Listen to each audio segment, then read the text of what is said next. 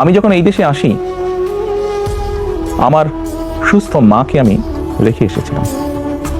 একটি ঘর রেখে এসেছিলাম, যেই ঘরে আমি এবং আমার ছোট ভাই বড় হয়েছি, যেই ঘরে আমার বাবার স্মৃতি ছিল, যেই ঘরে আমাদের দুই ভাইয়ের সন্তানরা জন্মগ্রহণ করেছিল, যেই ঘরে আমার মায়ের বহু স্মৃতি ছিল।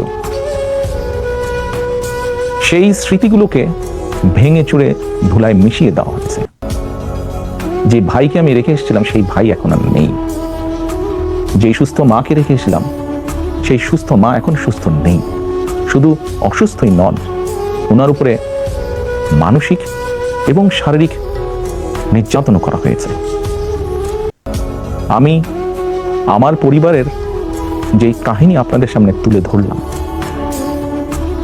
এটিকে আপনারা কাহিনী বলুন বা সংগ্রাম বলুন, যেটাই বলুন না কেন, এটি শুধু আমার কাহিনী না, আমার পরিবারের কাহিনী না।